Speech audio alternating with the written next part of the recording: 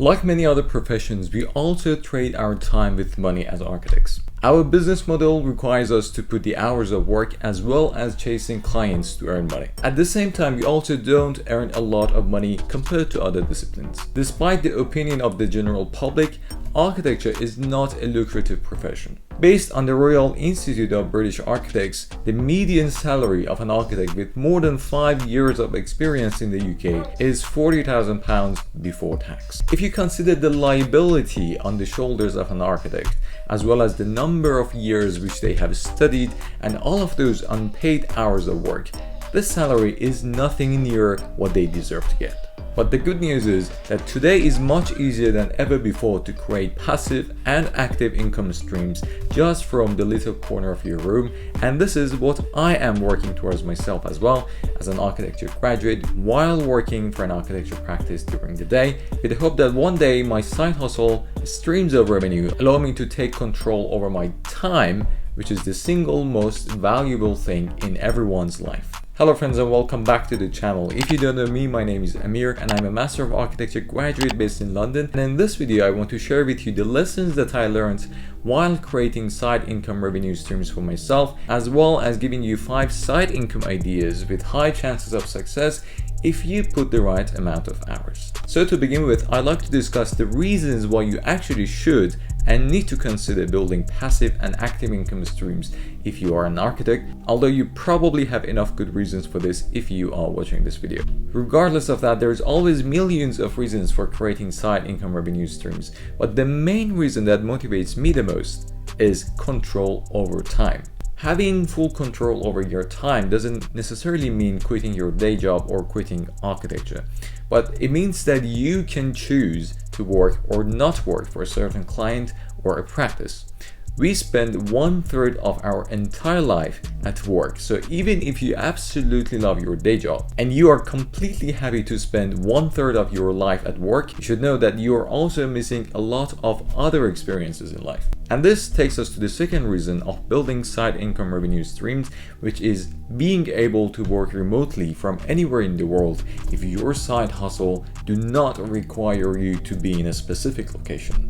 I personally like to be able to move from one city to another on a weekly basis and experience working in all of the nice places that I dream of. Another reason for developing side income streams is to be able to do what you would never get time to do when working full-time for someone else. Well, obviously what you choose to do is very personal to you, but my passion is to build communities around the stuff that interests me, as well as teaching or supporting others in the industry. Now let's talk about the proper way which you need to approach this in order to prevent burning out and disappointment.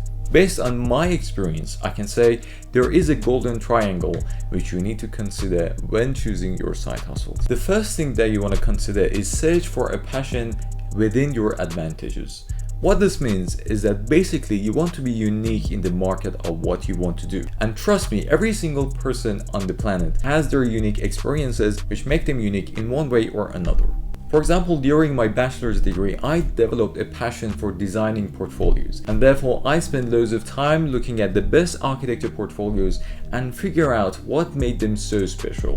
And then I went to participate in portfolio designing workshops at uni and other places to really understand the process behind designing a good portfolio. So as a result, I can say I developed a good eye for portfolios, and I can easily tell if a portfolio can make it to a good university or land a good job offer or not. Then after university, I realized that there were so many architecture students who needed help with designing their portfolios. So I started to run few online workshops for free, which turned out to be very successful, and people who participated got offers from great universities and landed job offers from amazing practices. That was when I realized how important and game-changing this support can be for architecture students. So I decided to expand my services as well as charging fees so I could continue offering my services to those who needed it. The second thing you want to consider is to enter markets where the competition is not high and intense. I feel a lot of people fall into this trap and end up being very disappointed after some times that they hardly see any results. Essentially, what you want to avoid doing is two things. One is avoid doing what so many other people are doing with low rates. And two is avoid searching for jobs in competitive marketplaces and websites. To my experience, you are more likely to get jobs on newer websites or marketplaces where the competition is much lower. For example, I started an architecture visualization business and signed up to, famous websites like Upwork and Fiverr, but after seeing no results for a few weeks, I clearly was convinced that the competition was basically too high in both websites. And instead, I signed up to a new platform specifically designed for architecture visualization purposes called Easy Render, and I got my first job within days of signing up. But even starting a visualization business might not be the best option for you in first place, as there are so many other people offering the same services with much lower rates that you can't really compete with anyway. But further down to this video, I will explain how you can be unique in what you do so that you don't fall into these silly competitions and end up accepting low fees. The third and last part of this triangle is to be ready for giving more than you take. This might be a cliche, but I have seen it and experienced it myself, that when you provide value to people, traction and money just come naturally. What you definitely need to be smart about the ways that you decide to distribute value, as giving too much out for no reason can also damage your reputation. So now let's dive into the 5 ideas for developing passive and active income streams as an architect. The first one is building a YouTube channel. Now this might sound like obvious, but since I started my own YouTube channel, I think that I have made the single best decision ever in my life. The YouTube partnership program might only be a small reason for creating your YouTube channel, as there are tons of other benefits that you can gain from doing this. One main reason for creating your YouTube channel is to build a community around yourself and the topics that interest you. Building a community in YouTube can be quite difficult in the very beginning, but if you pass that stage, you will see your audience will grow rapidly without you doing much more than you did before. The benefit of creating a community is that you can then build other side businesses that serve that community, and the chances that those businesses become successful are much higher, as your clients already know you and trust you enough to give their money to you to receive your services. Another reason to consider creating a YouTube channel is to participate into affiliate marketing and attracting sponsors. When you grow your channel, you can partner up with companies to advertise their products or services for a fee, which most YouTubers end up earning much more money from this stream than what YouTube itself pays them for views. And finally, building a YouTube channel also develops your personal brand as well. By creating YouTube videos, you are more likely to come up higher in Google search than if you write an article about the same subject. It also builds your reputation in that specific niche that you want to target, plus also teaching you loads of lessons in personal development and growth. Number 2 is specialized project sketching. A lot of people like myself go and start a rendering business, often not successful due to high competition.